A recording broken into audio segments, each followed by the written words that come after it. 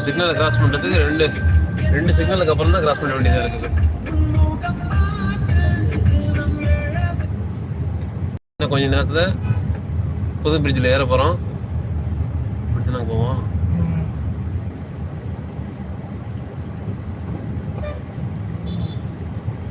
அந்த பிரிட்ஜ் ஃபுல்லாக ஃப்ரீயாக தான் இருக்கும்னு நினைக்கிறேன்.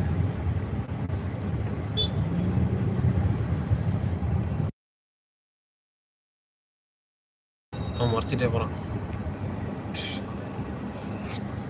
அடுத்த சிக்னல் இல்லை பிரிட்ஜ் தான். இல்லை இங்கே ஒரு கட்டை இருக்குது.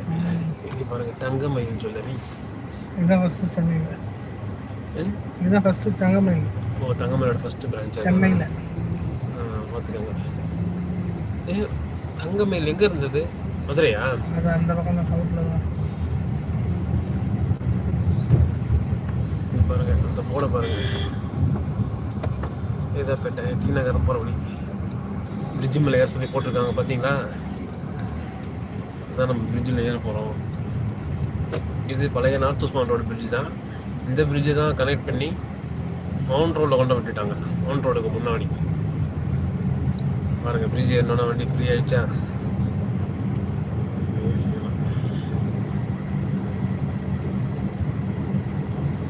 நார்மலாகவே இந்த பிரிட்ஜு கொஞ்சம் ஃப்ரீயாக தான் இருக்கும்.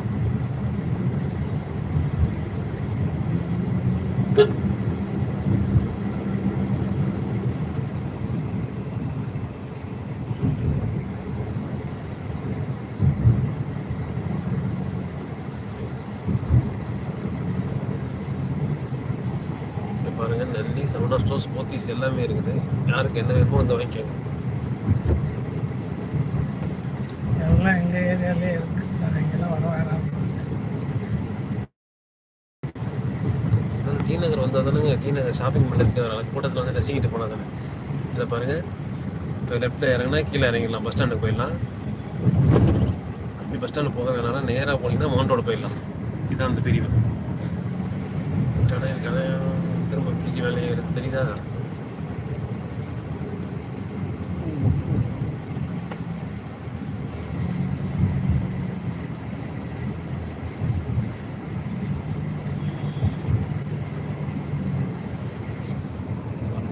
சிவரத்னம் பாருங்க, ரெண்டாவது போத்தீஸ். இது வந்து சிவ கோயில் தானே. இது சிவா விஷ்ணு டெம்பிள். இந்த பக்கம் பார்லாம் இருக்குது, ஈகிள் பார். இப்போ பஸ் ஸ்டாண்ட் கிட்ட வந்துட்டோம்.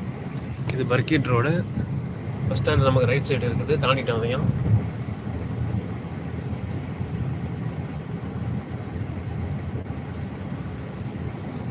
பர்கிட் ரோடு தாண்டி டி நகர் பஸ் ஸ்டாண்ட் தாண்டி மவுண்ட் ரோடு பக்கம் போயிட்டுருக்கோம்.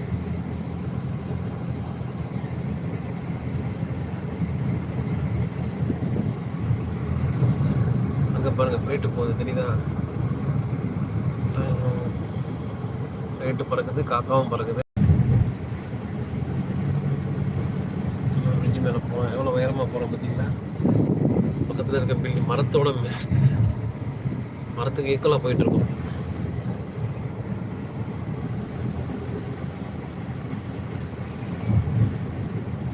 கீழே வந்தால் 10 நிமிஷம் 15 நிமிஷம் வர வேண்டியிருக்கும்.